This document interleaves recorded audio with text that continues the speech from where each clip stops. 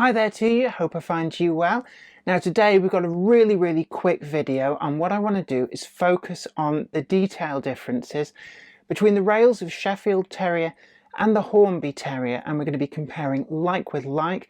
And this is the Brighton Terrier because I've got one each of these, and I think that this particular livery really does show up the detail differences. So without further ado, let's take a quick look.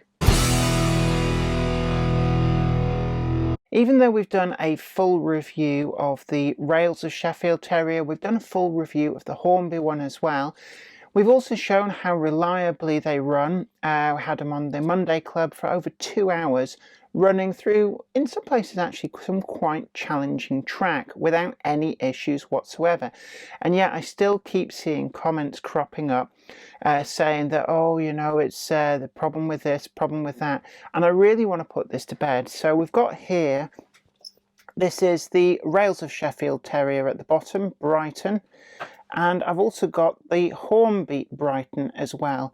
And I'm going to very quickly run through probably the most salient points that separate between the two of these and just show you how they really do vary from each other. So first up, let's bring up the pair of them, and I want to show you the fronts of the cabs. So you can see there, Rails of Sheffield on the left, Hornby on the right, and that little trail of holes across there is actually where the detail would plug in on the A1X version of the Hornby Terrier. So that's what they're actually for. They should not be there on the A1 version. And as you can see there, the Rails of Sheffield version correctly tooled to not have those on the cab front. So there is major detail difference number one. Number two, let's have a look at the front there. So hold them up, and we're looking now at the buffers, and you can immediately see Hornby on the right, Rails on the left, and there's extra lining on the Rails one, which is just not there on the Hornby one. So there's difference number two, and it's the Rails one. That lining should be there. It is there on the Rails one, and it's not there on the Hornby one. From this angle as well, difference number three. We can see there the turned metal chimney cap of the Rails version, and also I'd like to draw to your attention the correct colouring as well. Also these condensing pipes. On the Rails version they're a proper copper colour, which is what they should be. On the Hornby version it's painted over plastic, and the paint used is more of a brass colour. So there's difference number three. Difference number four, I'm going to hold these up like this, and we're looking to the chassis. So Hornby version at the top and the Rails version at the bottom. Look through the wheels to the chassis behind. You'll see that both capture the shape perfectly well, but what you will see is that on the Rails version the lining is correctly in place on the chassis. This has been through an additional level of process to be able to do the lining on this before the motion has been assembled. If we look to the Hornby model, that's not there. So detail difference number four between these two models.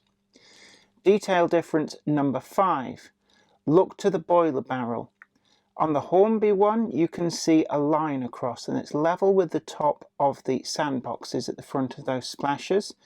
The reason for this line is because the way that the Hornby model comes apart, it's got a body there which lifts off the chassis. Now the bit that's beneath that line is actually part of the chassis, so it literally pulls apart at that point, and inside there is where the DCC decoder goes.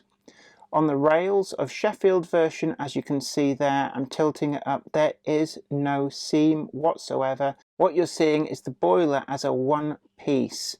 And you can also see, I'm just going to try and move my hand out the way, you can just about see right the way through there. And on the Hornby version, it's a little bit more difficult. That boiler protrudes a little bit lower. I'm going to tilt these up on this side now, hold them up to the light. And what you will see, Hornby again at the back, the Rails one at the front, there is a representation of the inside motion on the Rails Terrier. And on the Hornby one, we just have a red space. It's painted red, but there is no detail there whatsoever. Now this is visible from normal viewing angles. I'm also going to move on now to inside the cabs. So you can see there the rails, one in front. I'm going to swap them round now. And you can see then the Hornby one, we've got a glazing bar. It's a solid piece of clear plastic across the top of the inside of the cab. And this allows the glazing to be flush on the outside, same on both of them. But if you look the rails version, there is no glazing bar across there, so we get a better representation of the in-cab detail. They genuinely are flush, front and back. Go to the Hornby one again, and you can see that glazing bar. This is replicated on the back of the cab. Again, see the glazing bar there. Bring up the rails one, and it's not there. The bunker's on the back, and I've seen people pass comment about this saying, oh, well, why do I need to fit my own coal load? Well, actually, on the Hornby model, that is fixed. There's a weight underneath there. You get no option to model these with the bunker empty, full, or whatever. You're just basically left with them filled to the brim with a representation of coal.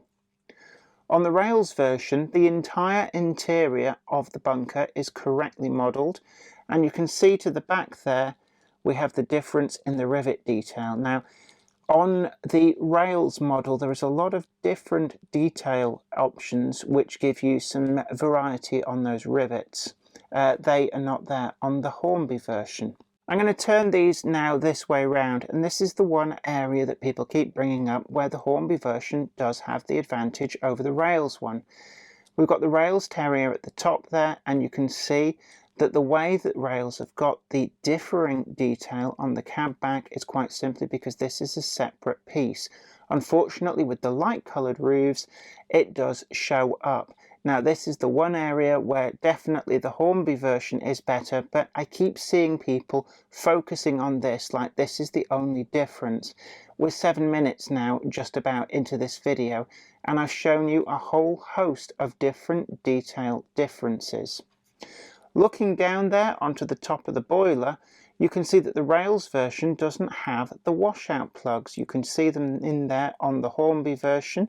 Now this is because over the years the models get changed and changed in real life, and the Hornby model appears to represent whichever Terrier that they measured up originally. The rails version on this particular one is correctly detailed to not have those washout plugs. In terms of the printing on the side, we've got here now the Hornby version here to the front. The writing is nice and legible, but when we get very, very close to it, you can see some of that finesse starts to break down, and the shadowing you can see there does seem to be to extremes, especially on that Brighton lettering. So we get some very dark colours and very light colours which just kind of start to swamp the lettering.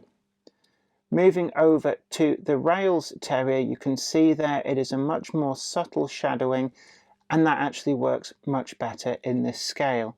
Again, we go to the rear number there, and it's the same story. So all in all, those are the major pertinent detail differences between these two. Terriers are a minefield of detail, but what you've seen there is in the main things that have been compromised for the Hornby model for which there has not been a similar compromise on the rails model. The rails model also has a firebox flicker effect, and it natively supports factory fitted sound. Neither of those options are available on the Hornby model. And that there is my short video just to try and talk you through some of the major differences between these two models. I don't want to take anything away from either of these. I believe that both of these are a great step up from the model that we previously had ready to run and have had since the 1990s. Both of these models do have very good points. It just feels to me like the Hornby model is a slightly more budget model, and as I've highlighted in this video, there are areas where, for the detail conscious, the rails Terrier takes it. Now the rails Terrier does cost a little bit more, but like so many things in this life, you pay a little bit more for a little bit more quality. There is room in this market for both of these models, but I just get a little bit tired of seeing people putting one of these up on a pedestal and cutting down the other unjustly. There is room in the market for them both. And that is my little side-by-side comparison. I'm Jenny Kirk, and I'd just like to say thank you for watching this video.